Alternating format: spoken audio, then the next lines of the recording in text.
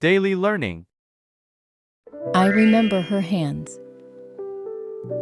Hi, my name is Lila, and today is 1 month past by from my 26th birthday. Well, same like the most adults out there. I also live alone. I live in a small apartment above a flower shop, and today the sky is gray in a way that feels strangely familiar, like the softness of an old sweater or the sound of pages turning in a quiet room. I don't know why, but some days carry a different kind of weight. They don't tell you they're going to be sad. They just arrive and sit with you quietly, like a memory you didn't expect to meet again. Today is one of those days, and all I can think about is my grandmother. She's been gone for 5 years. The words still feel too heavy. I don't talk about her much anymore, not because I've forgotten, but because remembering her feels like pressing on a bruise. I've learned to hide. People assume grief becomes easier with time. And maybe it does for some, but for me, it only changes shape. It curls itself into quieter corners of my life until one ordinary afternoon when the rain taps against the window and I'm suddenly back in her kitchen, watching her stir something in a big pot, humming a tune I never learned the name of. I used to spend my summers with her in a small house surrounded by tall grass and stubborn trees that never seemed to change no matter how many years passed. She always smelled like lavender and warm bread, and her hands, oh, I remember her hands so well. They were worn and full of stories, the kind of hands that knew how to sew a button, wipe a tear, or plant a seed that would bloom months later. Sometimes, when I close my eyes, I can still feel the way her palm rested against my cheek, soft and certain, as if telling me, without words, that I would be okay. She was quiet, but not distant. She spoke gently and always with care, as though words were something sacred. I never heard her raise her voice. She never had to. Her presence alone brought calm.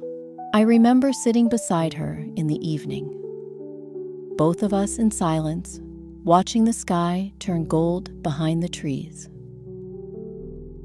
She used to knit as the sun went down.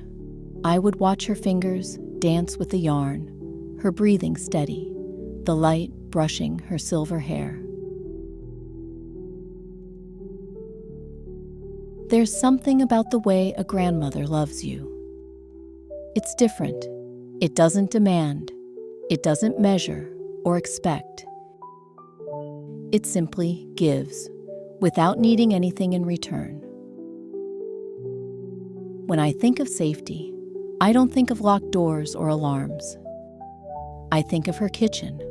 I think of the sound of the kettle. I think of her hands folding dough with patience, her voice calling my name with a smile.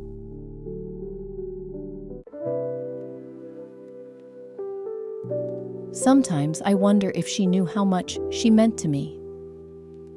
I never told her in words that were big enough. I said, I loved her, of course, many times, but I never said, you are the person I think of when the world feels too loud, or you are the reason I believe quiet can be powerful. Maybe I was too young to say those things, or maybe I just thought we had more time.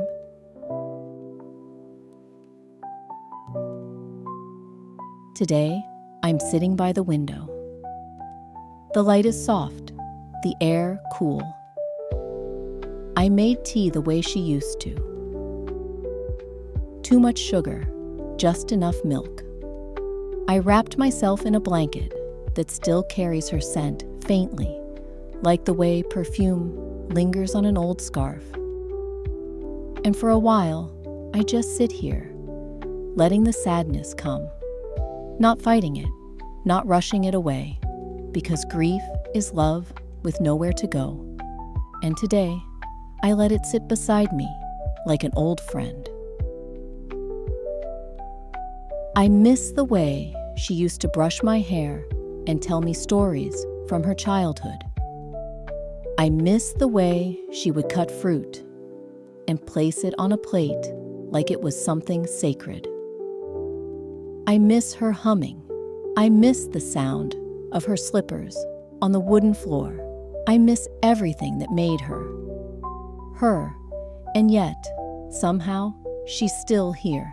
In the way I fold my laundry, in the way I pause before answering, in the way I plant rosemary in a pot by the window, just like she did. I think love leaves traces, not just in memories or photos, but in the way we carry ourselves, in the things we do without thinking, in the recipes we follow, the songs we hum, the way we wrap gifts or write cards. My grandmother is gone, but she's in every quiet corner of my life. And maybe that's what it means to be remembered. I used to worry I'd forget her. That time would blur the edges of her face or the sound of her voice. But grief, strangely enough, protects memory. It holds on to what matters. I still remember the way her garden smelled after it rained, the way she always had a small dish of mints in her purse, the way her laugh sounded like wind chimes. These details stay. They hold me together on days like this. Outside, the rain has stopped. The clouds haven't cleared, but there's a kind of lightness in the air. I finish my tea, the warmth still in my chest, and I sit for a while longer. I don't try to distract myself. I don't reach for my phone. I just sit, letting the memory of her settle around me like a blanket. I tell myself it's okay to miss her, that it's okay to cry, that it's okay to love someone long after they've left.